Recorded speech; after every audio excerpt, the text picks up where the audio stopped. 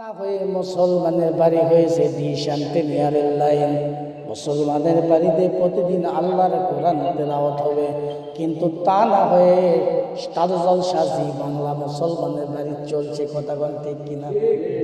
আপনি এখান থেকে সমস্যাটা হলো এই জায়গায়, এই বালুডাঙ্গাতে যতগুলো পানির ট্যাঙ্কির লাইন আছে এর হেডকোয়ার্টার হলো মুক্তির মোড়ে, কিন্তু মানুষ ওযু করার জন্য পানি খাওয়ার জন্য যখন ট্যাপের লাইন ছেড়ে দেয় দেখে পানি আসে, কিন্তু পানির থেকে এক দুর্গন্ধ, কঠিন পচা দুর্গন্ধ, মানুষ আর সহ্য করতে পারতেছে না। তখন ওই মানুষগুলো চিন্তা ভাবনার মধ্যে পড়ে গেল এই দুর্গন্ধ ঠিক করা যাবে কিভাবে। লল বদলালো, লাইন বদলালো, মিস্ত্রি বদলালো, যত কিছু হলো সব বদলালো, কোনো লাভ হলো না।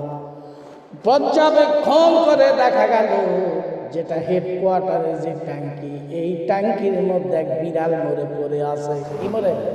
কথা বল। এক বিড়াল মরে ওই ট্যাঙ্কি পড়ে আছে।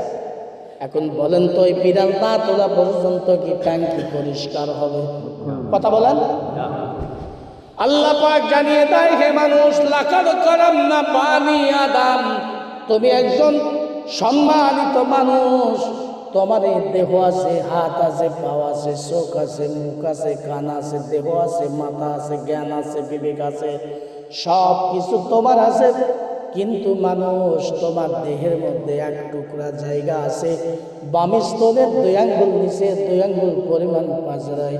ইংরেজিরা বলে এটাকে হার্ট, ডাক্তাররা বলে এটাকে হার্ট। ইংরেজিতে বলা হয় হার্ট, আরবিতে বলা হয় পাল, বাংলায় বলা হয় অন্তর।